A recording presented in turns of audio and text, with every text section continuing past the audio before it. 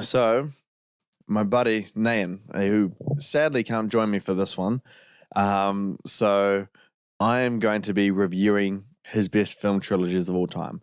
Now, recently, I think last week, yeah, he posted or wrote up an article on the best film trilogies of all time on moviegames.com. And so I've had the chance to review it, to look at it. And I thought, since he's not, going to be healthy enough to make this podcast, I'm just going to go in and I'm going to try and roast him as much as I can. So why not do it with the best film trilogies of all time? All right, so I'll list out what he's got here for you, and then I'll give you my take. Right, so at number 10, he has the Captain America trilogy. At number 9, he has the Cornetto trilogy by Edgar Wright. Number 8, he has How to Train Your Dragon trilogy. Number 7, Back to the Future trilogy. Number 6, Planet of the Apes trilogy, the Matt Reeves one. Number 5, Spider-Man trilogy, the Raimi films. Number 4 is the Before trilogy. Number 3, the Godfather trilogy. Number 2, the Dark Knight trilogy. And number 1, you guessed it, Lord of the Rings trilogy. So those are his ones there. Now, just to clarify, because I did talk to him about it before he'd posted, the original Star Wars trilogy we don't consider that a trilogy.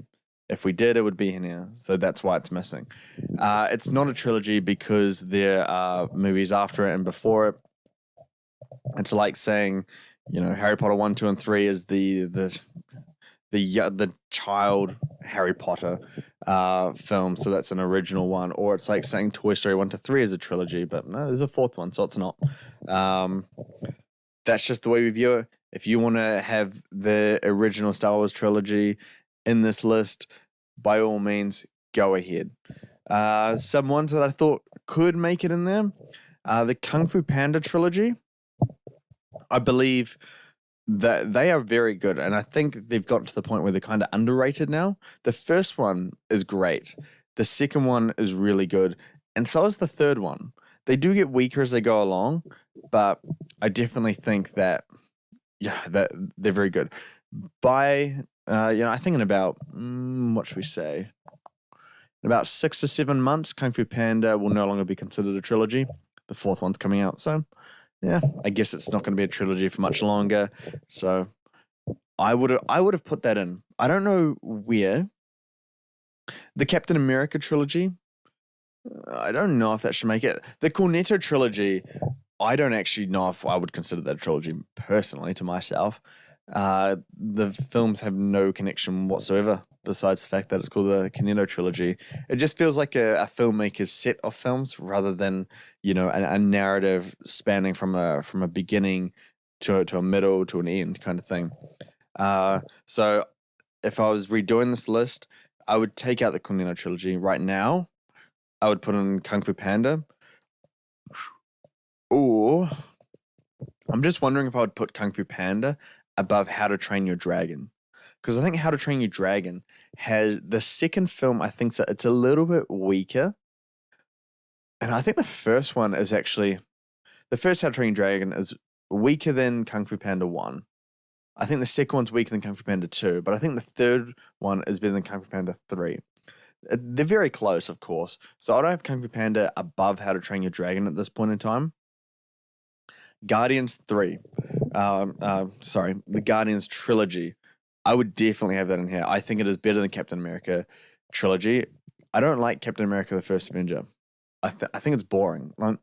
I know people love it, and that's fine. All credit to you. But I personally, I think it's boring. It's hard to watch, and I don't watch it much because it's hard to get through it. But it does have its qualities, of course. I think Captain America: The Winter Soldier is one of the best Marvel films, and obviously Civil War. I mean, you could credit Civil War towards part of how well the Captain America trilogy is received, or you could take away from it because it doesn't feel like a Captain America exclusive movie. So they kind of turned it. They just labeled an Avengers movie Captain America: Civil War. So I think that does less for how I receive or how I perceive the Captain America trilogy. And so that's why I think Guardians trilogy easily clears that. Now let's look at the list from number 1, Lord of the Rings. I'm not going to judge this. If I had to give one of the hottest takes I have for my opinion on movies, it's that the Lord of the Rings are massively overrated. That's right. It's just my opinion. Please don't freak out. It's just my opinion. You're welcome to disagree with me. I'm happy you disagree with me because I'm happy that you like it, but I find it okay. It's good. It's good. They're very, very well made. The acting's exceptional. It's just the story. It's very hard to buy into it.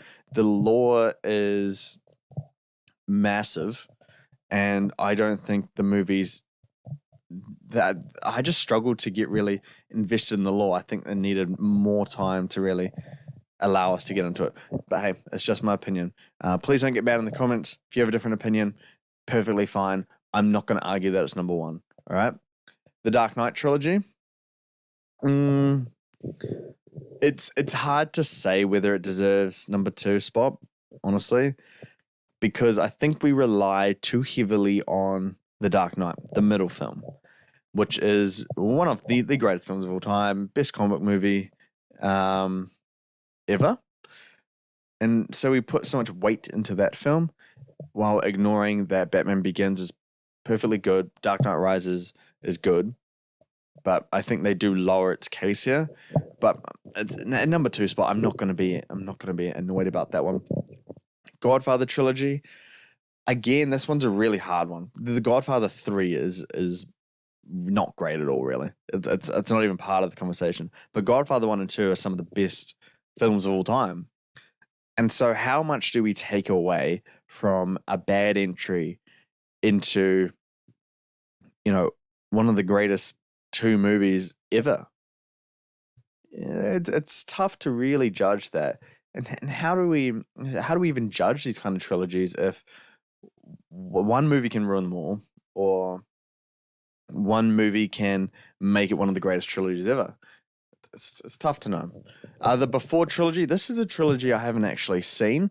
I have seen the first one, but I've been meaning to see it for so long. I might actually just watch that trilogy as often as they released, which is like every 10 years. That'd be a good way to watch it. But no, I've heard amazing stuff about this trilogy, and it's easy to see why it was in the top 5 here at number 4.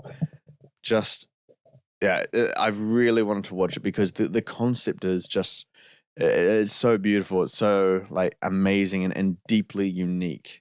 The one I will absolutely watch as soon as I can. Next at number 5 was Spider-Man, which I think is perfectly fine. I think Spider-Man 3 is overhated. Sure, it's got its flaws, no doubt about it. It's, in fact, there's some parts of that movie that I absolutely hate. But Spider-Man 1 and 2 are very, very good. They do so much for the character. And by the end of this series, Peter Parker is just such a fully formed character. And those movies do such justice to not only Peter Parker, but to also Spider-Man. I think it's a very, very good one. Matt Reeves' Planet of the Apes movies.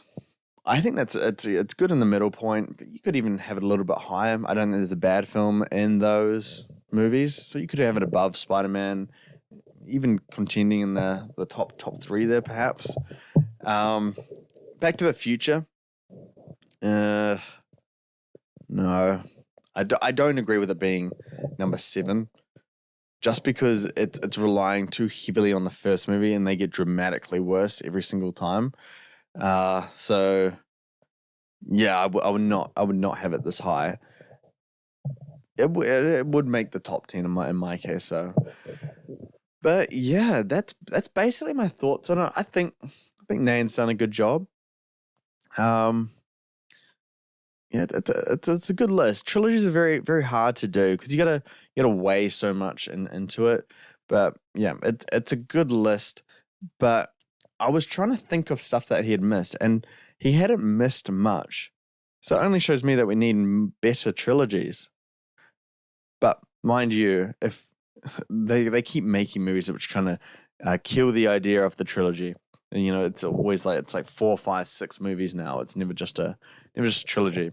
And perfect example is Toy Story, because I think if Toy Story had not had a 4th movie, that might be number 1. Genuinely, yeah. It would compete for number 1. In my case, I'll put it above Lord of the Rings. Don't get mad, please. Just my opinion, guys. Just my opinion.